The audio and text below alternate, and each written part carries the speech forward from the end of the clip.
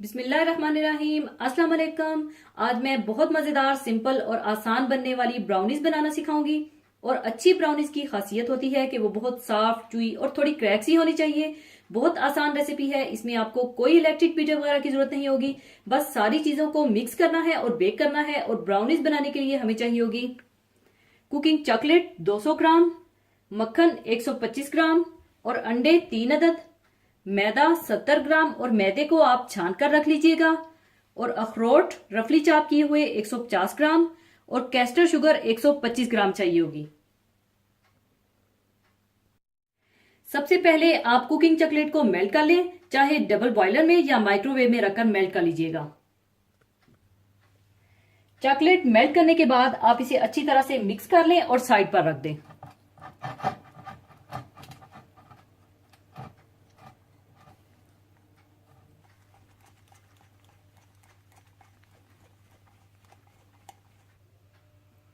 इसके बाद आप मक्खन को भी पिघला लीजिएगा, चाहे माइक्रोवेव में या किसी बर्तन में डालकर चूल्हे पर पिघला लीजिएगा। और मक्खन को पिघलाने के बाद आप इसे किसी बड़े बर्तन में शिफ्ट कर दें।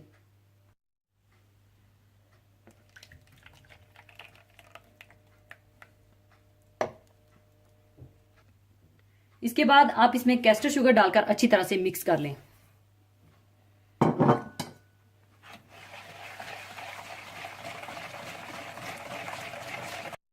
मक्खन और कैस्टर शुगर को अच्छी तरह से मिक्स करने के बाद आप इसमें अंडे डाल दें और इन्हें भी अच्छी तरह से मिक्स कर लें।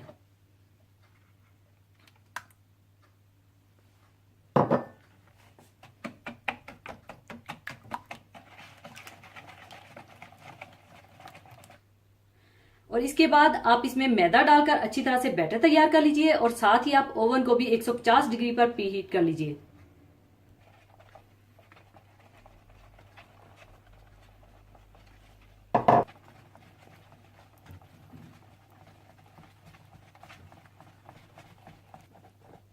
और जब अच्छा सा बैटर तैयार हो जाए तो आप इसमें मेल्ट की हुई चॉकलेट डालकर अच्छी तरह से मिक्स कर लें।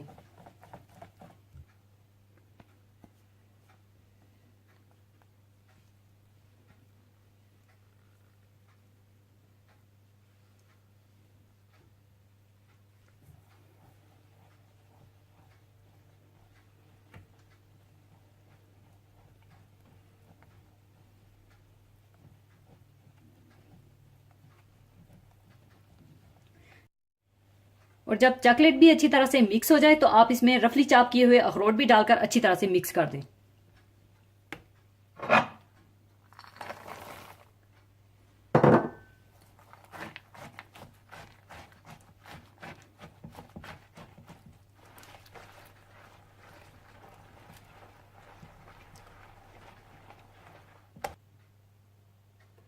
अच्छी तरह अखरोट मिक्स करने के बाद आप कोई स्क्वायर या रेक्टेंगुलर शेप का कोई पैन या मोल्ड ले लीजिएगा ब्राउनीज को बेक करने के लिए। और इसमें बटर पेपर लगाकर इसे वेल ग्रीस कर लीजिएगा और थोड़ा मैदा छिड़क दीजिएगा। और फिर ये सारा बैटर आप इस मोल्ड में शिफ्ट कर दीजिएगा।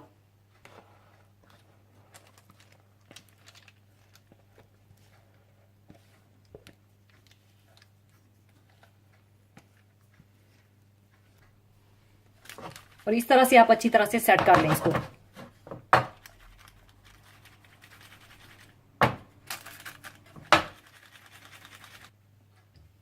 और अब आप ओवन के सेंटर में रखकर 150 डिग्री सेंटीग्रेड पर रखकर तकरीबन 40 मिनट के लिए इसे बेक कर लीजिए।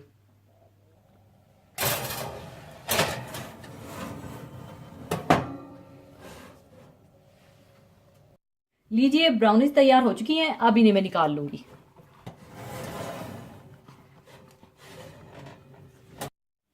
रूम टेम्परेचर पर आने के बाद अब मैं इसके पीसेस काट लूंगी और सर्विंग प्लेट में निकाल लूंगी।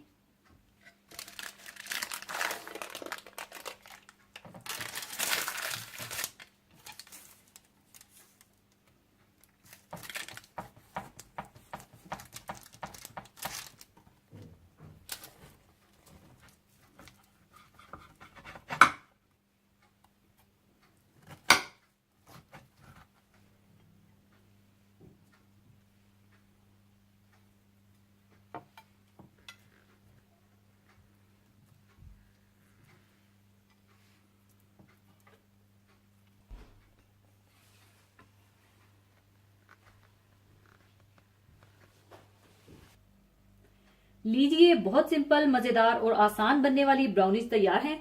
इसे आप चाहें तो कोई सी भी आइसक्रीम या चॉकलेट फज सॉस के साथ भी सर्व कर सकते हैं, या इसे ऐसे ही सर्व कर सकते हैं। तो जरूर बनाइएगा और दुआओं में याद रखिएगा। और जाने से पहले एक हदीसे पाक शेयर करना चाहूंगी। हदीसे पाक इस तरह से है।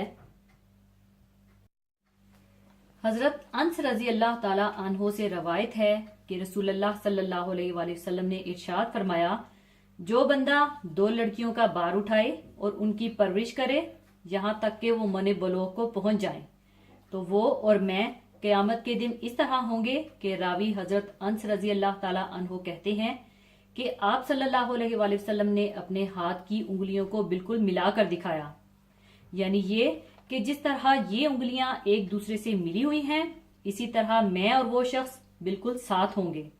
सुभान अल्लाह।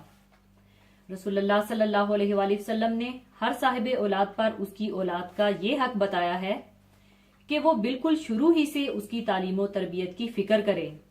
अगर वो इसमें कोताही करेगा तो गुनाहगार होगा। खास करके लड़कियों के साथ तो हुस्ने सुलूक की बड़ी अहमियत बयान की है। जैसा कि इस हदीस से भी मालूम होता है, इस्लाम से पहले अरबों में तो लड़कियों की पैदाइश को बोझ और बाइसे जिल्लत समझा जाता था।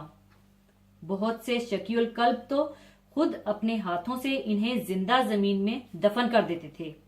लेकिन इस्लाम ने औलाद के हुकूक के मामले में लड़के और लड़कियों के बाहम फर्क को न सिर्फ मिटा दिया, बल्कि लड़कियों के साथ खुसूसी हुस्ने सलूक को हुजूर अकरम सल्लल्लाहु अलैहि वसल्लम ने लड़कियों का सिर्फ हक ही नहीं बतलाया, बल्कि अल्लाह ताला की तरफ से दाखिला जन्नत और अजाब दोज़ख से निजात के ऐलान के साथ साथ ये खुशखबरी भी सुनाई कि लड़कियों के साथ अच्छा सलूक करने वाले अहले ईमान क़यामत में मेरे इतने करीब होंगे जिस तरह एक हाथ की बाहम मिली हुई उंगलियां होती हैं।